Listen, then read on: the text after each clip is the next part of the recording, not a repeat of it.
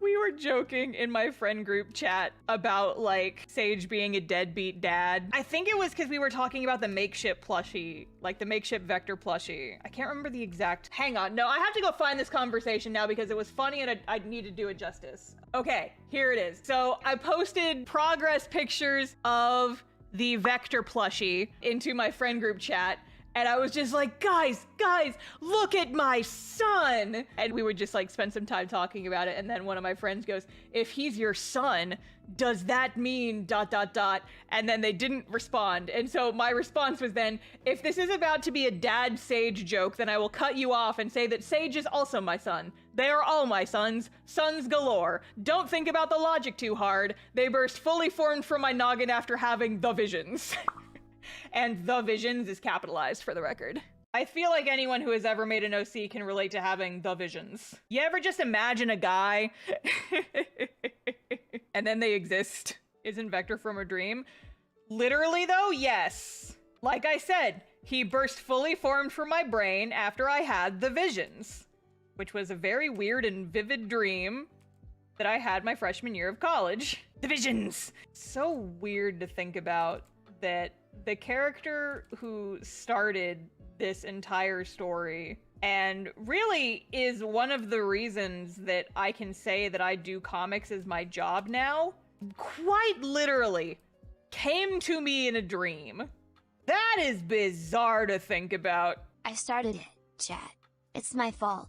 It is your fault, Vector. But it's just like such a weird, like, I guess butterfly effect of have a weird dream in college that was like a Code Geass Lord of the Rings crossover where Vector was the main character in it, and then, you know, eventually start making a webcomic about that character. No, well, first of all, develop an entire story just so that you have space to play with that character and all of his friends that you've come up with. I'll be able to go into more detail on this later, but literally the entire premise and magic system for Castoff exists because of Vector.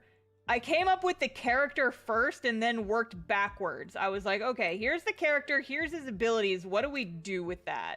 And so quite literally, Castoff does not exist without Vector. He is the reason that the entire story exists, is because I liked this little Blorbo so much that I wanted to tell a story about him.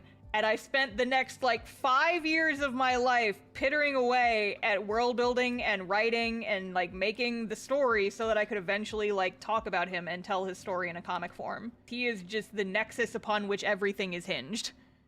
I guess you could say he's the vector for the story's creation. Ba-da-bop! Everybody laugh. But yeah, it's just very weird that, like, that happened. But also the fact that so much of my life hinges on this webcomic and how much my life has changed because of the webcomic and how the webcomic would not exist without Vector. Quite literally, you ever come up with a fictional little guy who quite literally over the next 10 years changes the course of your life? That is weird and wild to think about. And that is why he is my son. He is my son. Wait, God, does that... I just had the most cursed thought and I almost don't want to say it because then all of you guys will bully me about it. If Vector is my son and my job is making content about him, am I like the YouTube webcomic version of a mommy blogger? I hate that. I hate that so much. Oh no. I have to set a fund aside for my fictional son so that I'm not taking advantage of him.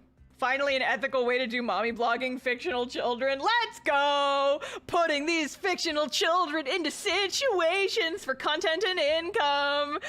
Jesus Christ.